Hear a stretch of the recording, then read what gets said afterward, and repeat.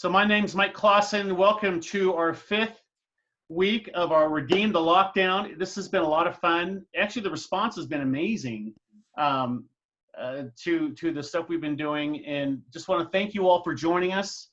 Our goal is to provide practical content to help you write, market, publish, and sell your book. And hopefully you have found that to be true. And when you're ready to release your book, we'd like you to consider Illumify Media. We offer book coaching as well as marketing options to sell your book. And our promise to you is that your book will read, feel, and look like a HarperCollins or Penguin release. So we also offer, if you like these trainings we've been doing, we do this every month for our authors. And so we try to do everything in our power to position our authors to write well and to sell books. So also want to mention that Karen Bouchard's Word Ninjas online community is our co-host. And Karen started this group about, 4 to 6 months ago, and she does an amazing job. She puts together all sorts of practical helps for writers. It's an online community. It's not really one-on-one coaching. I guess there's a little bit of that, but it's mostly an online community. And it's actually a creative vehicle for Karen to design all sorts of cool things for you to use. And she's really, really good at that. And so anyway, you need to consider that. And Karen's going to give you all that information later. Also next week for our final training, we're going to open up our time together, and we're going to allow you to ask questions for Larry Yoder and Karen and me. I want to mention Larry Yoder. He's a 30-year veteran from Macmillan, and he has worked with bookstores. He's worked with book distribution, and Larry adds just so much wisdom to what we do at Illumify. So he's going to be a part of that discussion. Karen, who is a best-selling author, she's written like a dozen books with different publishers. She'll be there, and then I'll be a part of that as well. But if you want to ask questions on weekly topics, the things that we've talked about before, you can do that. Or if there's something random you want to ask, you can ask that. We'll have some time for discussion as well. Like I said, the 3 of us will be there. But one of the topics we want to talk about, we were discussing this today in our meeting with Larry and Karen and me, is what is the publishing world going to look like after COVID-19?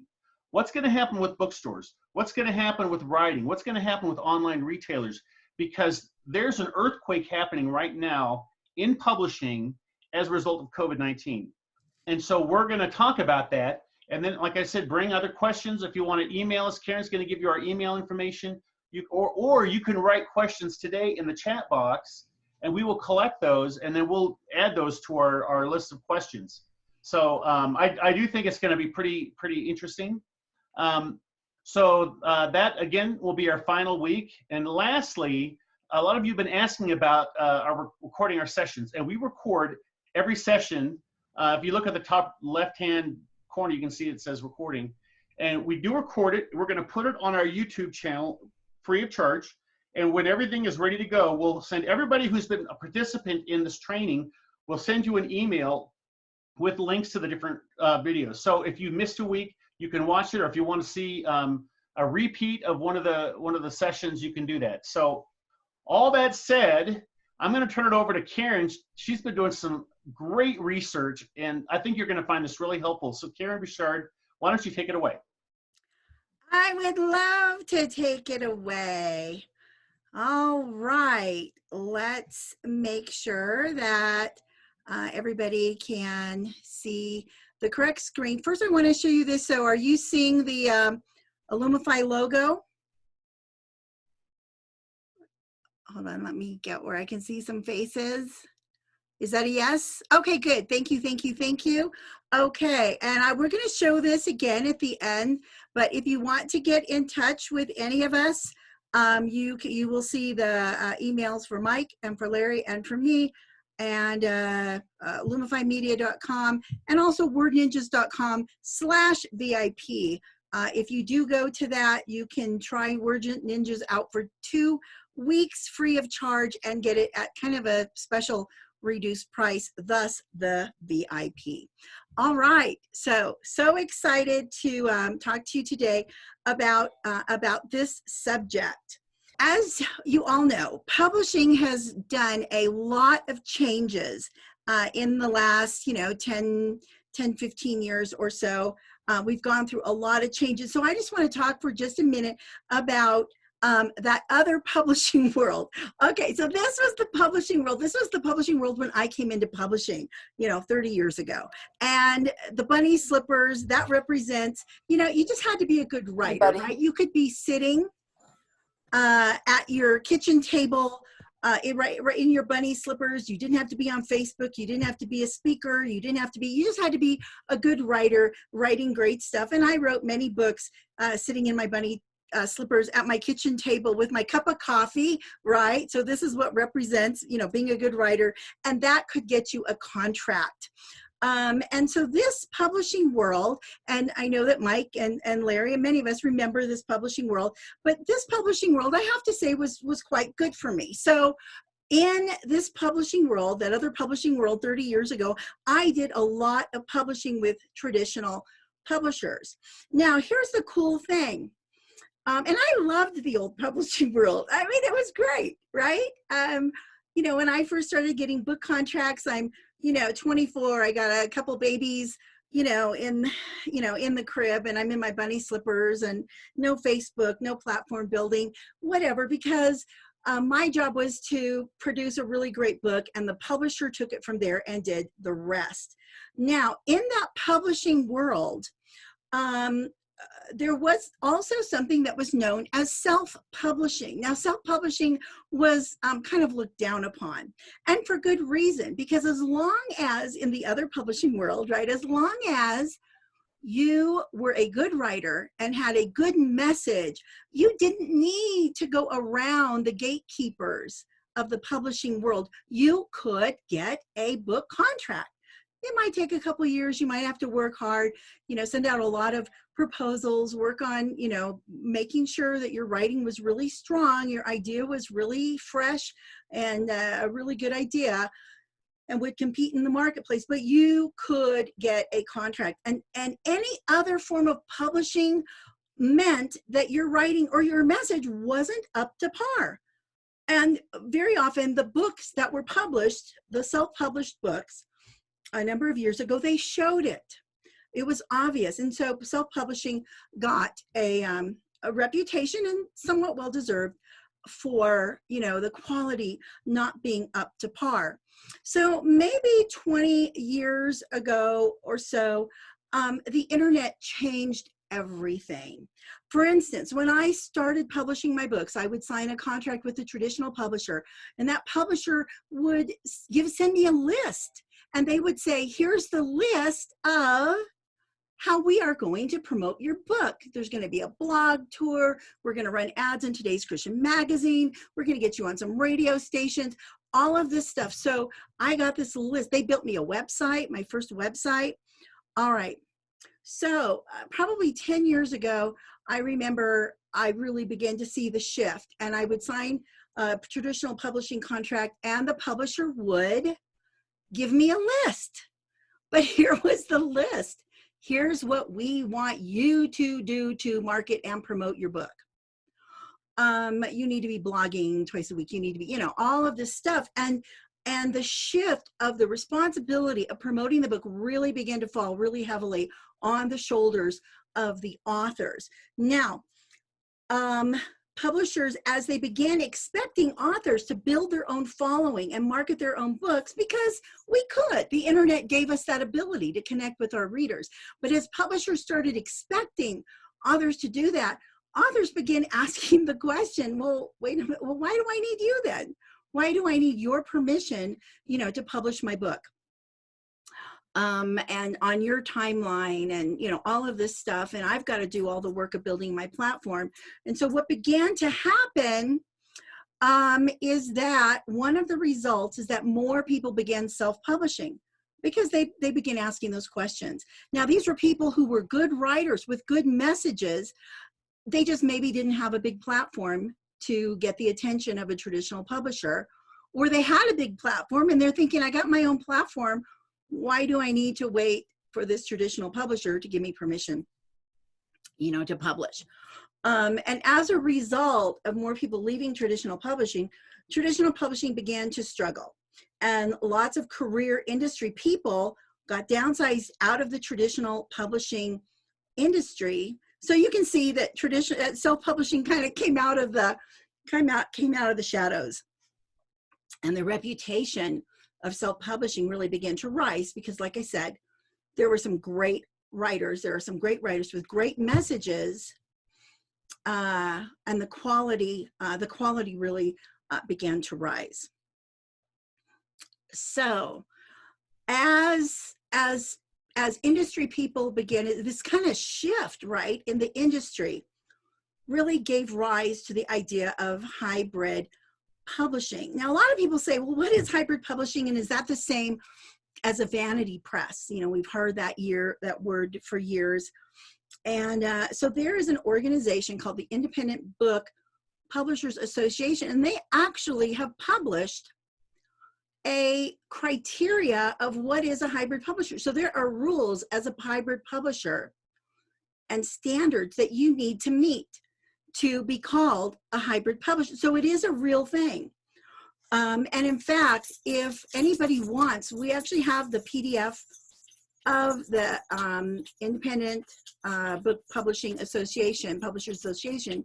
We have the PDF where they describe, where they go into detail on all of these criteria, and we'd be more than happy to send it to you.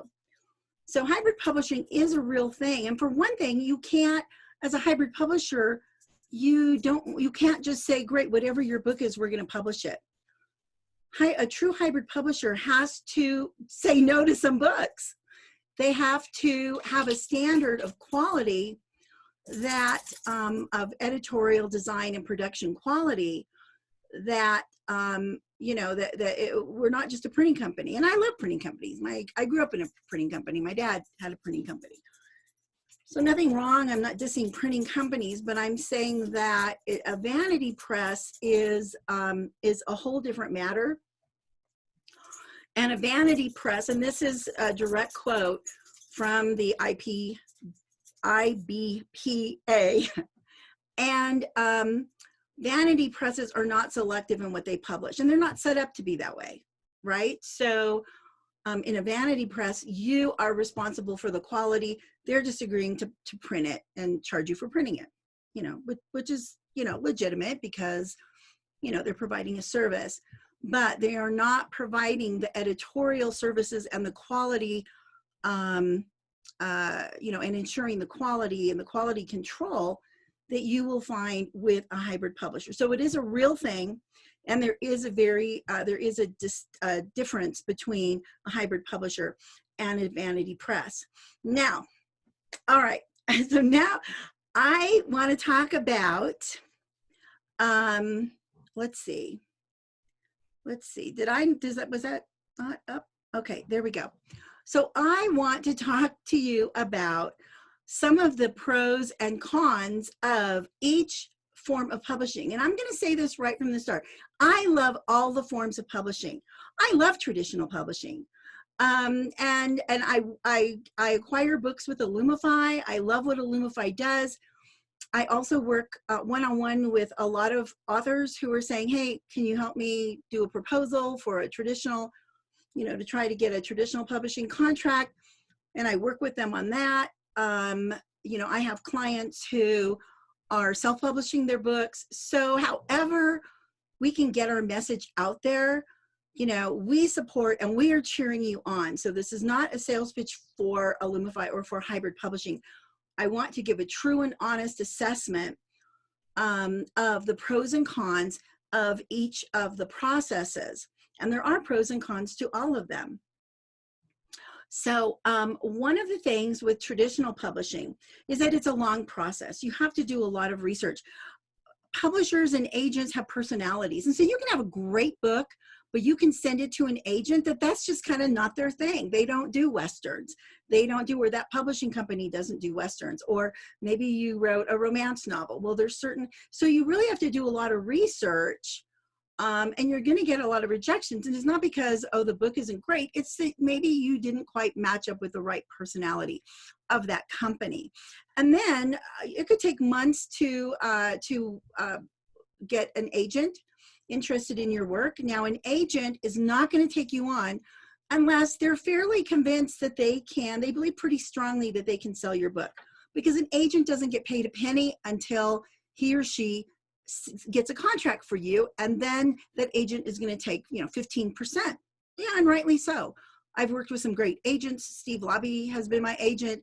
Love him. And they work for that 15%. So I've never given that up grudgingly. So happy to do that. They're worth their salt. So another negative, you notice my sad faces that they're crying, right? These are the negatives. Another negative is that there's possible out-of-pocket costs to even get in front of agents.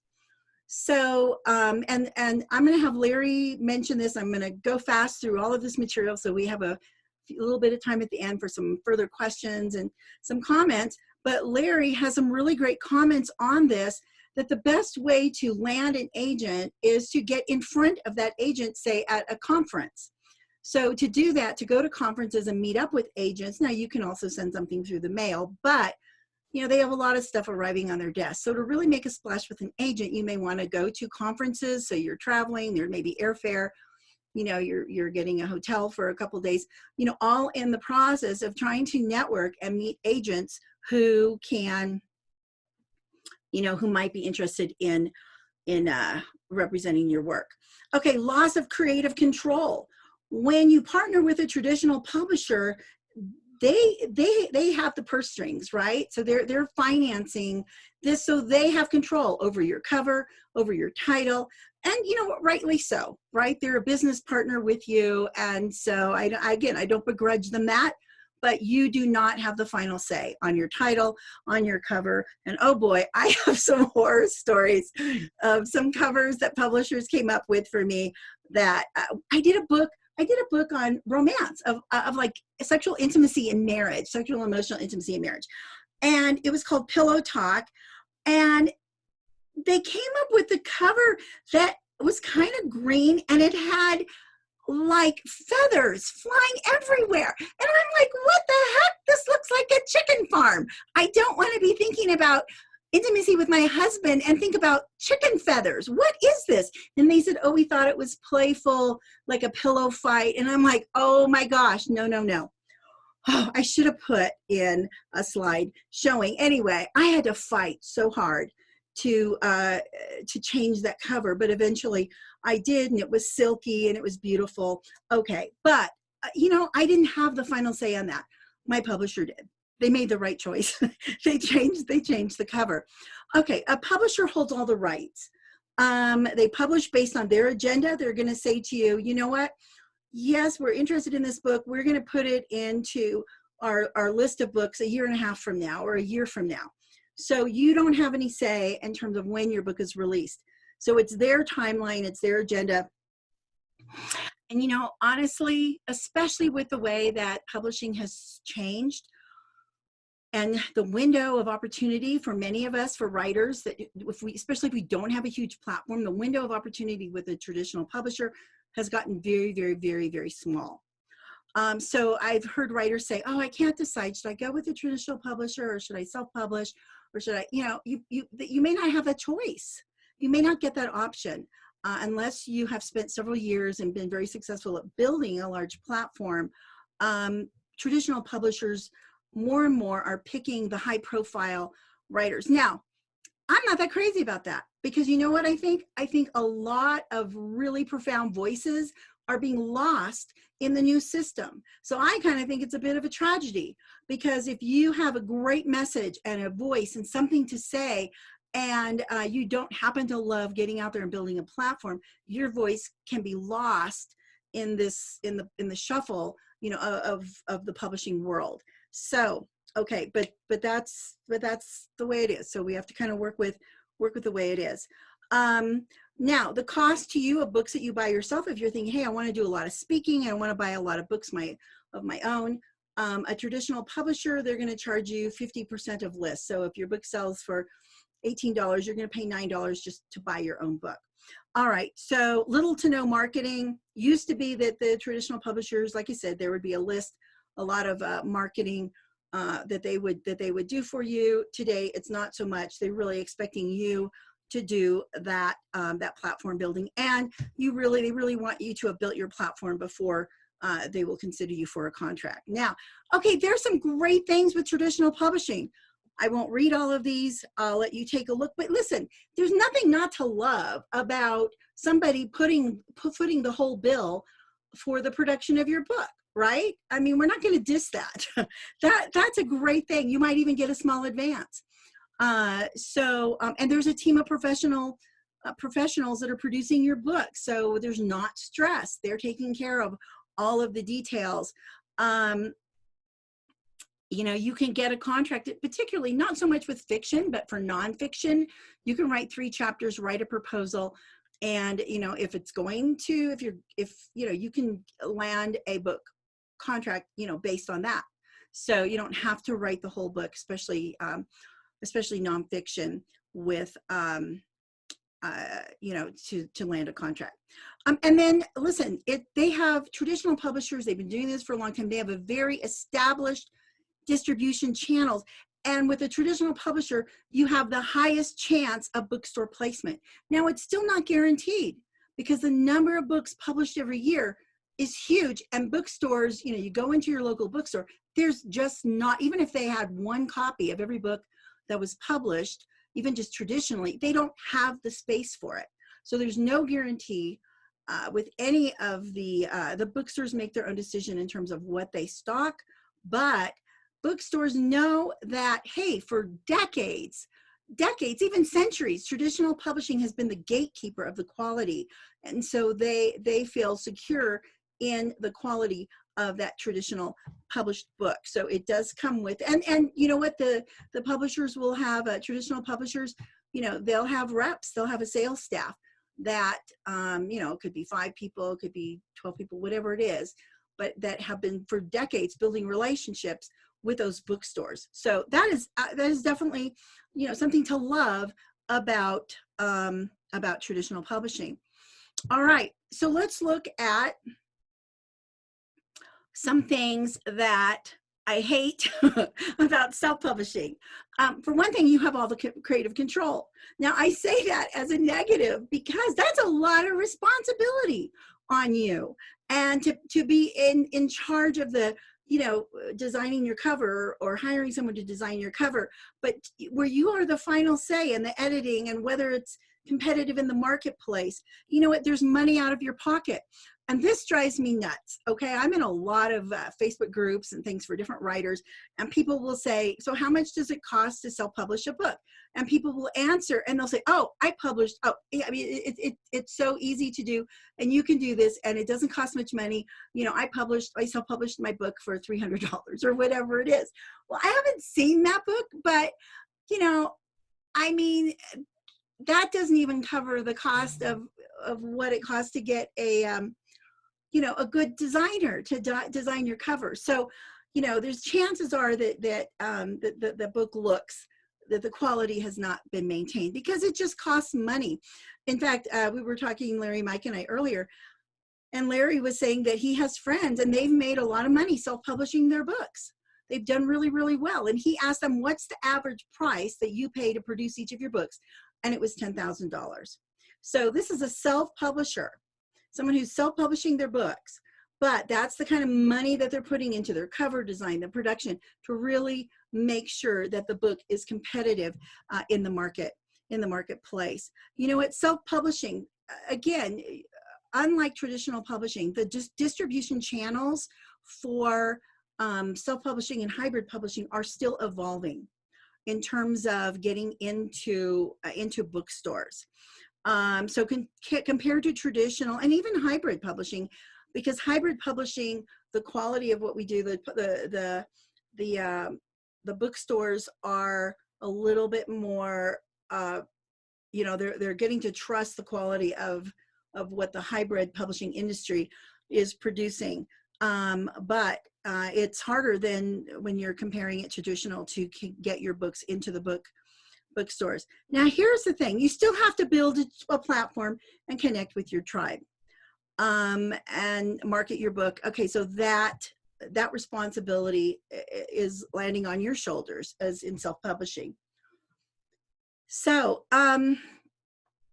Here's the other thing. Here's something I don't like about self-publishing. You have to learn 3 different industries. Writing, you have to be really great at writing. You have to learn platform building and marketing. And then you have to learn publishing, digital file setup. I mean, those are completely different industries. And in order to be successful at self-publishing, you have to learn all 3. Now, some people do it and they do an amazing job. They love all 3 of those industries. And I know many of you, you know John Dudica, he's amazing. And look at, these are the books, and he runs a business, and he loves the marketing. He loves the production of his books. He loves the writing part. And so we're not saying it can't be done. We're just saying you have to be willing to learn 3 different industries in order to do that.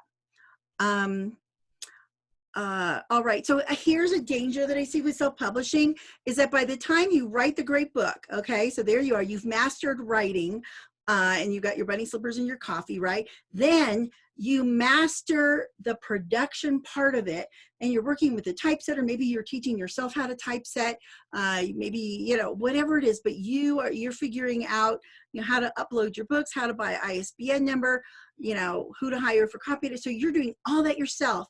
And in the meantime, you know, you're focusing so much on writing the book and then getting it produced. You're not focusing on the platform building. And when you do that, you know, you can be like, wow, now that my book is released, how come it doesn't have a heartbeat? I mean, how come it's flatlining? Because all of your energies were put into writing the book and producing the book, and you didn't do the, you know, the platform building part of it. So it's a lot to learn and do. I'm not saying don't try it, but we're gonna continue to talk. Now, here are some things that, so there you can see, it's still important that you learn, you excel in the writing, you excel in the platform building, and you excel in the publishing business. And that's a lot to do and learn. So there I kind of have some sad faces. But here's the cool thing about self-publishing. You have all the creative control. Now, I just said that was a negative, right? But it's also a positive. So you're not going to get a book on sex with chicken feathers on the cover. So good for, right? You're going to have that creative control. You're not going to have to fight to get rid of a cover that doesn't quite work. You hold all the rights, right? So you can do whatever you want with that book. You can re-release it. You can turn it into booklets. You can do magazine articles, but you hold all of the rights, and you get to publish based on your agenda and your timeline. You don't have to wait for anybody to give you permission to publish your book. And you don't have that time of that research of, oh, I got to find an agent and all that kind of stuff. And then let's be honest, there's just the thrill of do it yourself.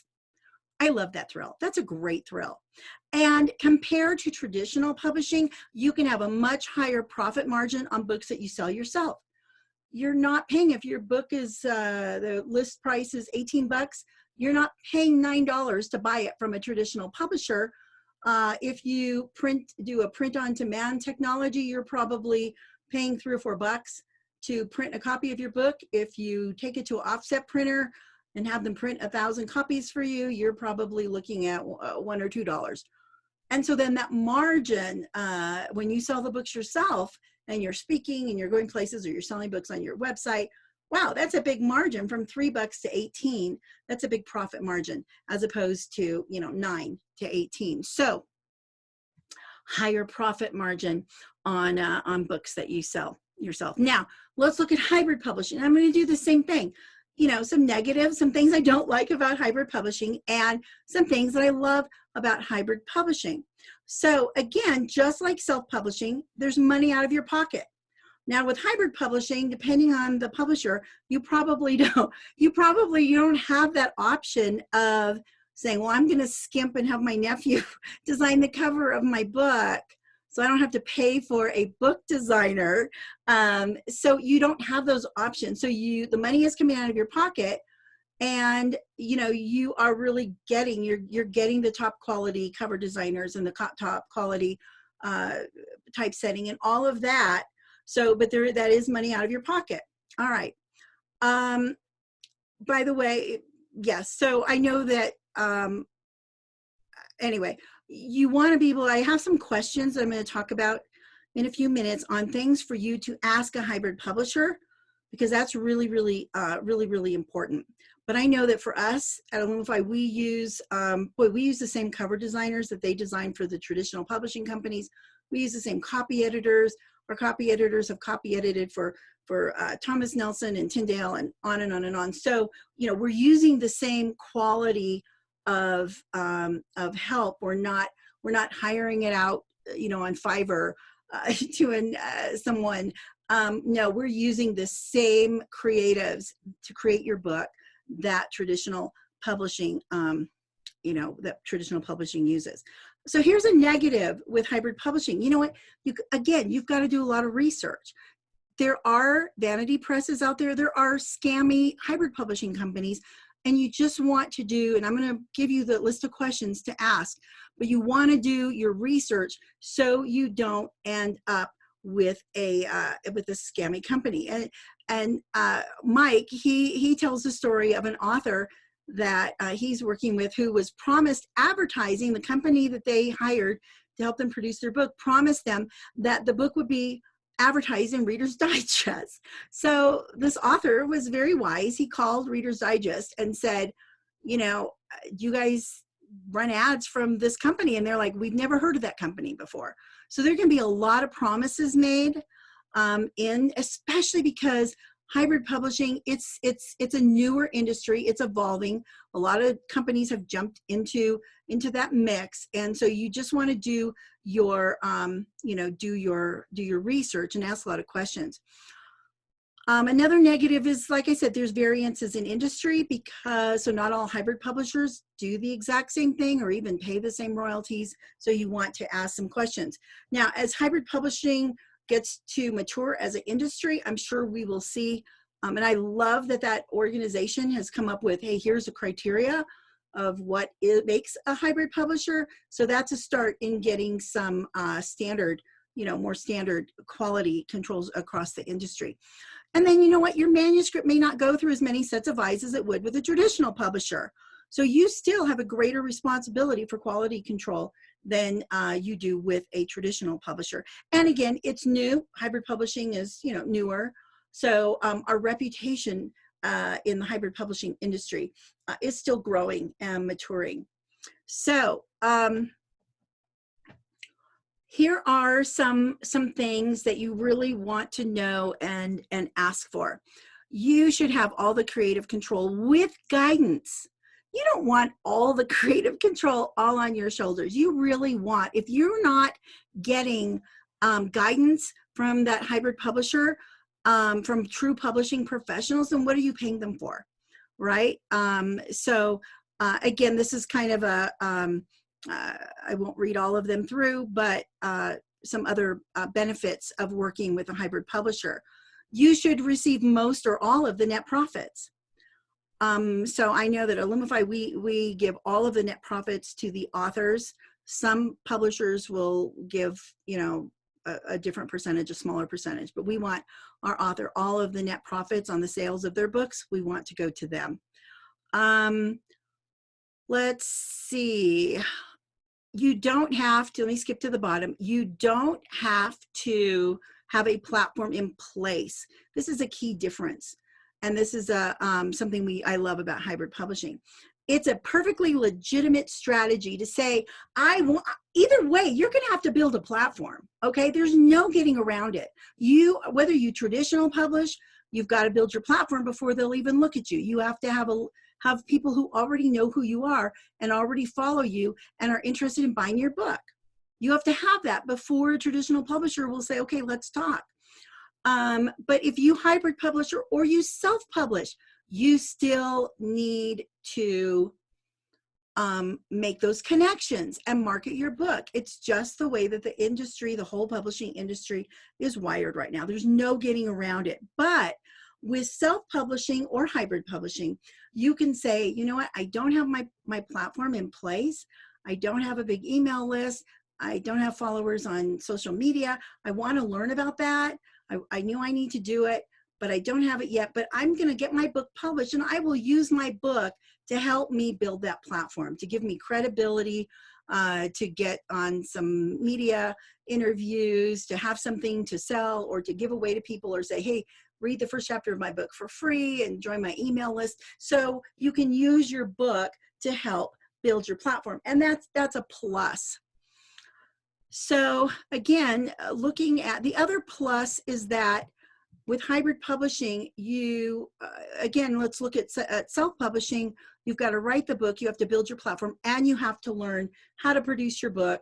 And with hybrid publishing, you've hired someone to produce the book. So you just have two industries to look like. This is what true hybrid publishing should look like. You focus on writing an amazing book, you focus on building your platform, and leave the production to the publisher. I often tell people, take the time and energy that you're spending on learning the publishing industry and put that into building your platform.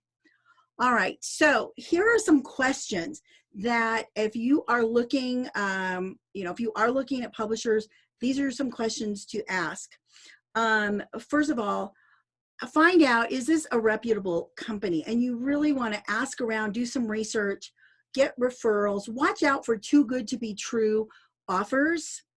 And then, you know what, do they do good work? Go online and buy one of their books to see the quality. Look on their website, look at the covers that they produce. Now, there is a company out there called Author Solutions. They have a lot of imprints, and there's been a lot of lawsuits. There's been a lot of bad reviews on them. So Wespo is one of their imprints, Lulu.com, Ex Libris, iUniverse. They have a lot of imprints, and there's been a lot of lawsuits. It's a big company. You're not going to get personal service, and we in fact get a lot of our authors that will come to us after having had an interaction with them. They are that would be the definition of a vanity press. And if someone is doing a hard sell on you and they're saying, hey, here's the price to publish your book, and the price is good for 30 days, and then it's off the table, like Larry will say, run, don't walk away, because, it's a big commitment. And you've spent maybe even years working on your book. You don't want to be pressured into working with any company. So do your research, and you want to, again, not feel pressured and not feel like, it's a too good to be true kind of scammy offer. So you really want to understand, are you working with a reputable company? Another thing you want to ask is, what percentage of books that are submitted to you do you accept? Do they have a review board? Are there some books that don't fit their publishing agenda or criteria, that are not a good fit for their personality? And so you really don't want to be with a company that, fill out the form online, submit your manuscript, go onto our website, design your own cover, and and pay us a lot of money, and we ship you your books. So you want them to know that they do vet the manuscripts that they accept. Then the next question is, what will I need to do and spend, right? Obviously, it's an obvious question. Some companies will require that you purchase 500 of your books, or, different things like that. So just as you do your research, compare apples to apples, so that you know what you're, really what you're getting. Then how are you going to get paid? Do you get 100% of the net profit on your print book that sells in bookstores or on Amazon, on your ebook? What is the percentage there? How are you going to get paid by that company? And it really varies by publisher. So you want to really compare those numbers, apples to apples. All right. And then who is going to be shepherding my book through the process, and what specifically is their experience? So, again, you don't want to necessarily go with a huge you know, vanity press company or even hybrid publishing company, you're not going to get that personal attention. So that really is important, that you kind of really connect with the person who's going to be walking your book through that process, because you're going to have a lot of conversations and be working together, you know, on that. So that is a question that you're going to want to ask. And what is their experience, right? Are they, you know, hiring, you know, people new to the industry to kind of walk you through and just manage your project, just like a project manager? Or are they hiring, are there true publishing professionals who can, you know, shepherd your book through the process? And then find out, how do they make their money, right? That is a legitimate question, because obviously if you are hiring the services of a company, they need to make money. That makes sense. But just so you understand, are they getting a percentage of the books that sell, or are they making all their money, you know, upfront when you pay them, and then you get the rest of the money, which is the way that we like to do it, that Illumify does it. But, you know, so you want to ask that question. You want to know. I mean, either can be fine, but just understand those numbers. Who holds the rights to my book? Some companies will hold on to some of the rights. Some hybrid companies or self-publishing, you know, assistant companies are going to hold on to the rights for maybe 3 years or so. But you want to know, it's better if you can work with someone where you immediately, all the rights are yours, and that company is not holding on to your rights. They absolutely belong to you. I've had people say, what about my cover? I love the cover of my book. I want to know, can I use it for other things? Do I own my cover after, you know? And I'm like, absolutely yes, that cover is yours. The rights to use that cover, the artwork, your book, everything belongs to you. And then, do you provide any platform building or marketing services or coaching? So you do want to find out, you know, a lot of companies do offer different services. Look at those services, try to compare, you know, again, try to compare apples to apples. This is actually one of the criteria of a hybrid publishing company, is that it does provide some sort of distribution, marketing, help, strategy, and different things like that. And so you're going to want to do that. Do you provide any? All right. How do you distribute the books? If a company is just uploading your book directly to Amazon and selling it from Amazon, that's not the best way to do it, because a bookstore will never, ever, ever go to Amazon and order from Amazon and buy books to put on their shelves. So you're really limiting yourself to books that just will sell on Amazon, which is great. Amazon sells about 50% of the print books. So it's still a huge market, but you really don't want to limit yourself. So I know that, and a lot of companies will do this. We distribute our books through Ingram Spark. And so bookstores buy from Ingram, Amazon buys from Ingram. You know, so you want to understand the distribution process. And then, what is the cover design process? Again, if you go to a website and get to design your own cover, just don't.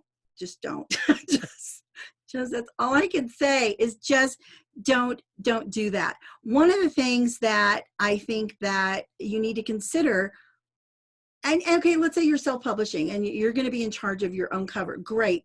Again, I'm your cheerleader no matter how you decide to publish. If you're just like, oh, you know what, I really want to self-publish, I'm going to cheer you on. If you're like, I really want to try to connect with an agent and a traditional publisher, I'm going to cheer you on. If you're like, you know what, I want to hybrid publish, again, I'm your biggest cheerleader. So, but one tip, I don't care how you do your cover, is it has to work on this level.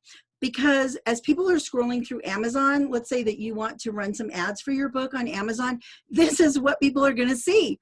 So your book cover has to work in a thumbnail setting where it's this big, and it has to compete quality-wise with what you see there. Now, okay, I'm not going to bash any version of publishing. Again, I'm your cheerleader no matter how you choose to publish. Author House and Author Solutions is kind of the parent company. Westbow, Author House, you know, Lulu.com, Ex Libris. So, okay, I'm bashing them just a little because I went to their website and these are their covers. All right. I didn't search for the worst covers. I just took a screenshot of some of the covers on their website. So you really want to understand the cover process and how that cover is going to be designed. And I work really, really hard. We all do. I love that process of working with authors. If I'm working with you at Illumify or as a coach or whatever, I'm going to work really, really hard to get you fabulous, fabulous cover. So do you provide editorial input and help? That's another question you're going to want to ask.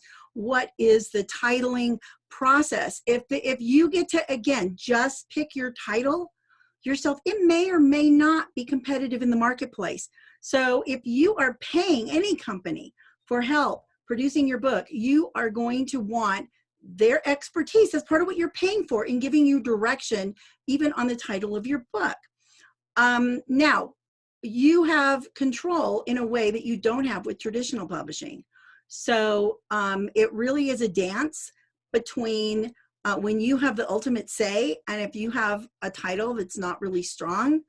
What I like to do is I don't fight with my authors on their titles. I'm like, okay, I totally get that you have the control, but I will work really, really hard to come up with something that they fall in love with even more than their original title. And so, you want a company that is committed to not letting you go to the marketplace with a substandard title or cover. And again, how much personal feedback and direction. All right, so that idea of the covers. Now, these were books that came to us, and these are fabulous books. These are talented authors. And, when you're first in the brainstorming, you have a working title. It's not the final title. We get that. And so, and these books really deserve to have the best, to be positioned really, really well in the marketplace, because they were really, I'm so proud of all of our authors, and these are really great. I mean, we don't take books that we don't think can compete in the marketplace. But in working with these authors, here's what we came up with. So a working title was Ditch People, and it had to do with, anyway, it really did apply to what she was writing about. But I thought, that's not going to, people aren't going to get that when they see it in the bookstore. So boom, that's the title, that's the cover, and that's the title that through working with this author that we were able to create. Always there. Oh my gosh, this is such a moving story. Every time I read this manuscript, I teared up. It's amazing. This is the title and the cover that we went with.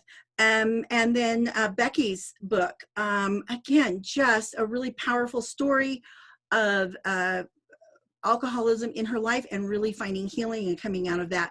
That is the title that we came up with. Again, here was another one, Wifey Boot Camp. Now this coach, she's a dating coach, Christian dating coach. She's amazing.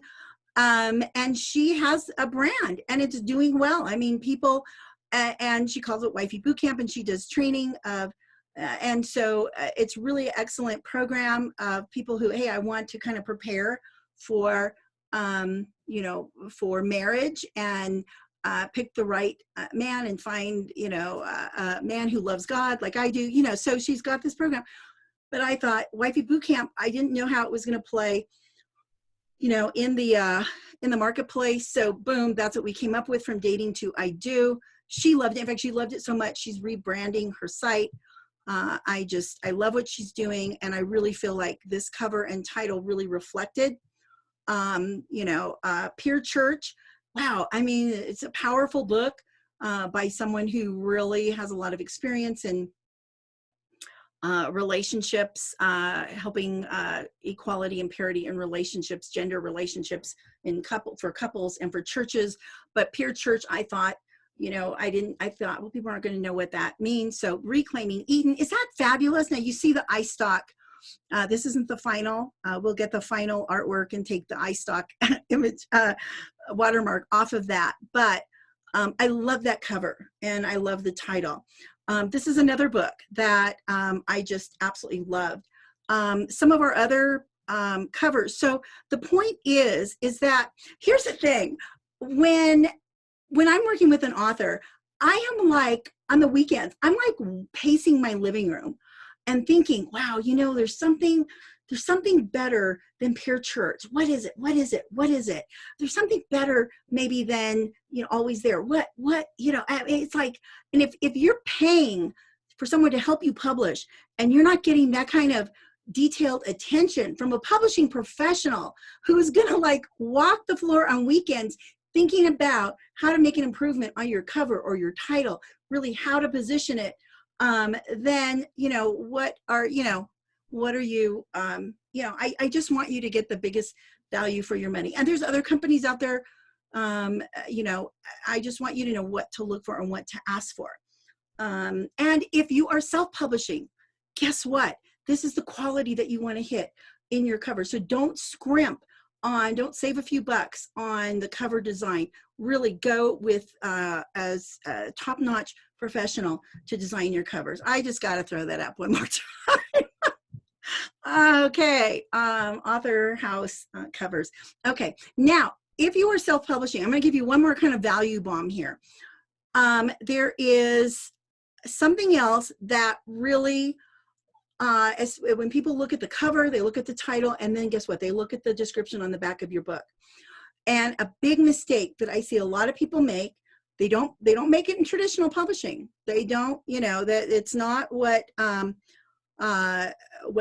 happens. So people can see that difference then.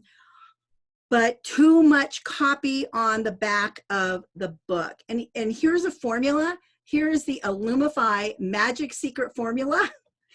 How not to get too much copy on the back of your book. And that is your headline. You want some sell copy, you want some benefits, maybe some bullets. But that's 140 words. All right? Not 250 words, 140 words, 40 words for your bio. That's it. So you need to be able to, so if you're publishing, you're self-publishing, you're writing your own back cover copy, here's our magic secret sauce of, you know, how to produce a professionally looking back cover of your book and description. But you've got to, every word has to count. You've only got 140 words. So every word has to count. All right, I'm going really, really fast here. Okay, so what you want to ask for and expect from any company that you work with, you want guidance from publishing professionals, even as you retain final creative control. But you want guidance, you want a professionally designed cover, you want back cover copy really written by a copywriting professional. You want all the rights, you want all the royalties, so all of that net profit. You want to be able to purchase your own book for the cost of the printing. You don't want to have to pay them, you know, half of the list price of the book. Personal attention, and you really want to end up with a professionally produced book that is going to show well in the marketplace. Okay, so I'm going to kind of turn this over to Mike. I didn't leave you much time, Mike, but next week we are going to do, and Mike can talk about this, but we are going to be doing a Q&A, and I'm going to put this screen up so you can, you know, see if you go check out Word Ninjas, contact any of us if you have any questions about anything tonight. Okay, Mike. All right. Good job, Karen. I appreciate all that great information. If you have a question, type it into the chat box. One person had asked, are nonprofit publishers considered traditional publishers? And I'll jump in. Do you want to answer that, Karen, or you want me to? I'm happy for you to. Okay, so you take that one. That's a good question. It is a good one. And you know, and my experiences in religious publishing, NAB Press, I believe, is a nonprofit. It's part of a ministry. It's all depend, and it's a traditional publishing company. So what you want to do, you know, it all depends on how they. If you pay for the publishing, well then. You know, first of all, that's going to be self-publishing. But for a traditional publisher, if they're paying for all, if they're organized as a nonprofit and they don't charge you for the publishing, well, then it's going to be a nonprofit. Let's see here. Okay, your covers are super. Are you doing them yourselves or hiring those out to a group of graphics designers? Are you thinking about it? I'm asking you, do you want to answer that question, Karen? Oh, we have, and they're top secret. We're not going to share their names, but we have a number of designers that we work with. So our job is to, give them the direction. I spend an hour with my authors going through, we screen share, we look at a lot of covers. I find things that they like. So it's a long process, but we have a stable of designers that design not just for us, but they design all of our covers. Would you say that would be? And we love them. They're amazing. They're part of our secret sauce, right? Yeah, we have one that's a fiction, pretty much does like dystopian fiction covers, and he's in Missouri, and our main one is in Delaware, and we're probably her biggest client for covers. So I've been working with her for probably 15, 20 years, off and on. So stay-at-home mom. The list of what to ask for looks really good, difficult to get. And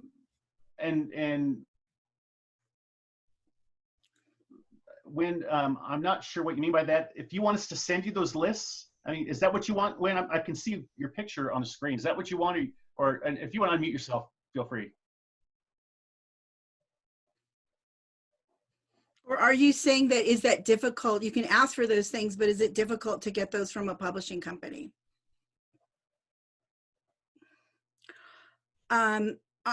If the question is that difficult to get a company to agree to all of that, I compiled that list, and we all worked on the list. Mike and Larry and I worked on that list based on what we do and then what we hear that other good publishing companies do, and then the complaints that we get from some people. So no, it's not impossible to get those, and you may end up working with a company where you get 9 out of 10 of those, which is great. So I just want you to know the possibilities and weigh them. There may be something on that list that's not important to you, and you may find a company that doesn't provide that particular thing, but I want you to know what is possible in this publishing space to ask for and to get.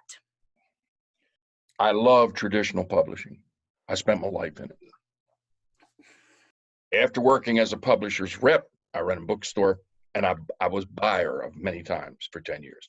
Traditional publishing is great. And Karen pointed out a number of advantages. It is not that easy to happen anymore.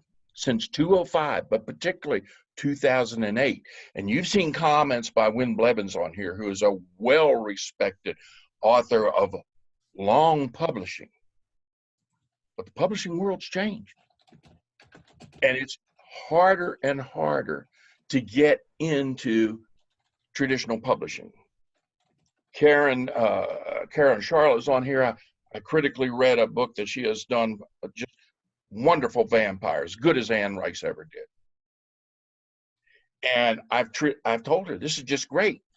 Go first to traditional, but you're going to have an agent. More and more traditional publishers, particularly after 2008, with the financial collapse of so much, depend on agents to weed out books they don't want to publish. It's not easy to get an agent. One of the best things, and Wynn and I both have told authors of this for years, is you go attend some of these big writers' conference, like the Colorado conference down at the Broadmoor, and you spend the money and you stay there for a couple of days to have a chance to get in front of an agent for a limited period of time, usually max 15 minutes. That's not going to assure you of anything, but at least will give you a chance. And you can send off query letters after query letters after query letters. But if you are not taking your time to research, to find out if that agent deals with the type of topic you have, you're assuring your own deflated ego. Same thing. You can send, if a company says, we'll take unsubmitted, you can send it off. But if you don't try to get it to the right editor, not just Simon & Schuster, who deals with your subject topper, it's going to go in into a slush pile. And here's what happens to slush pile reading. The interns that are hired from the summer go through the slush pile. If they like something, it goes to the next level, and then it goes to the next level, and then it goes to the next level. So you are many levels away just by sending an unsolicited manuscript or even an inquiry letter. You have to be very pointed and take the same efforts that you would take if you were deciding to publish yourself. But go for it. I mean, people win the Powerball. Go for it. When you can't go any longer, then you can consider these other options. And tonight went long and hard about options other than self-publishing because they need to be explained as they are proliferating. The other thing, and I want to reinforce this, all major publishers, and I was part of a publisher sales force, has between 25 and 125 publishers reps who on a regular schedule go to this bookstore, that distributor, that, like, you know, we go in all the time. We will go in with a bag.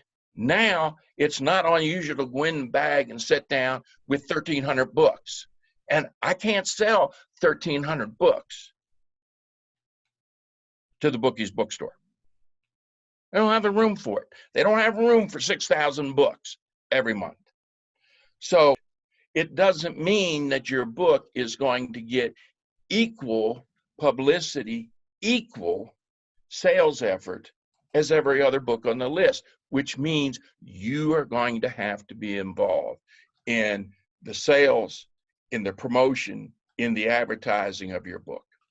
That's a huge change, particularly from 2008 on, because the sales staffs are being cut and the number of books are going up.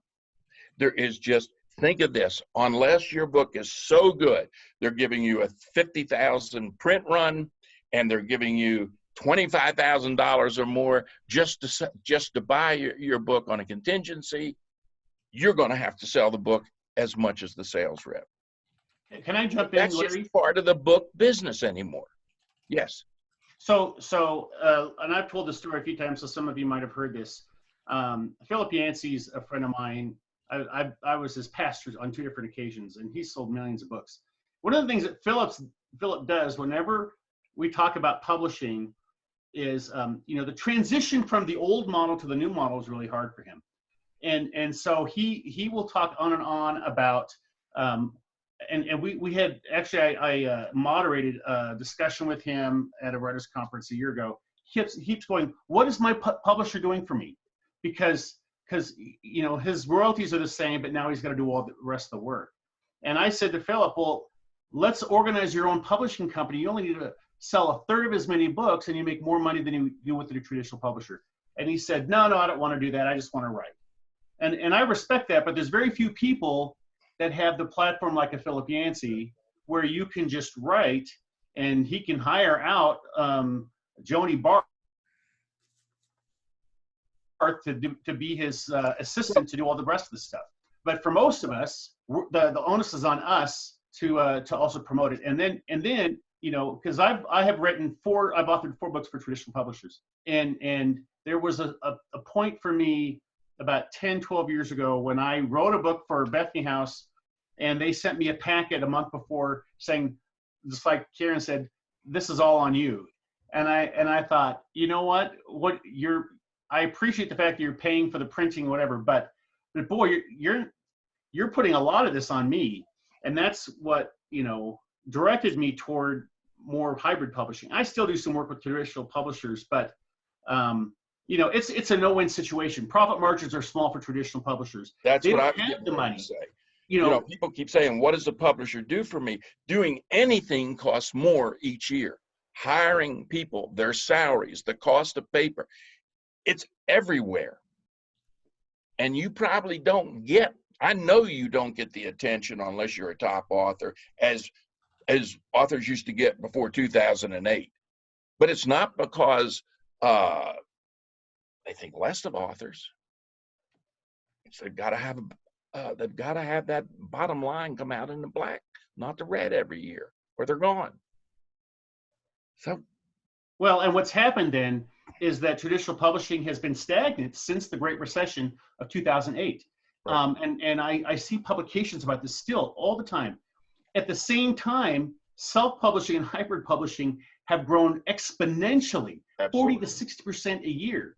And you know, and part of the reason is, you know, on Amazon, your book, if you do it yourself, a self-published, hybrid published book can appear on the same level playing field as a traditionally published book.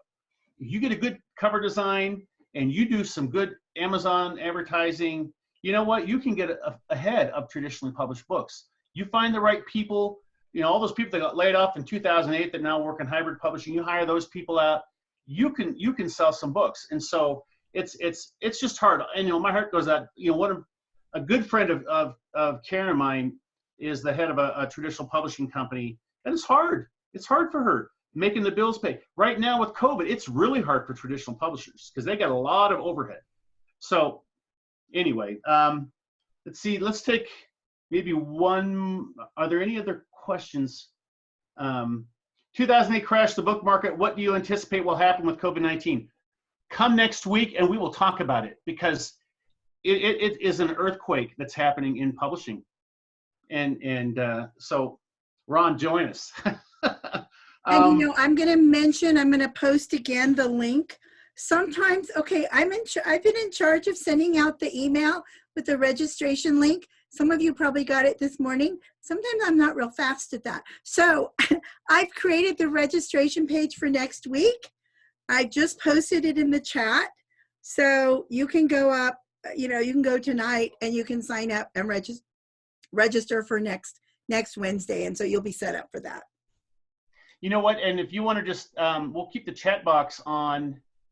If you want to add questions for next week, and maybe that's what Ron was doing, we'll talk about it next week. Or if you want to email us basically kbouchard@illumifymedia.com, mclawson, KLASSEN @illumifymedia.com, L Yoder, that's probably the easiest of the 3 words to spell, L Yoder @illumifymedia.com. Email us and we'll add those to our list, but I think it should be interesting. So, all right. Well, I think that's gonna conclude it. But want to thank all of you for being a part of this. And I said this before. You know, the response has been far greater than we'd ever anticipated, and this has been fun. And hopefully this has been meaningful and helpful for you too. But we recognize that you're investing your time to be with us, and so we want to make it a good use of it. So thank you very much, and we'll see you next time, next Wednesday night for our final night. We love you guys. See you later.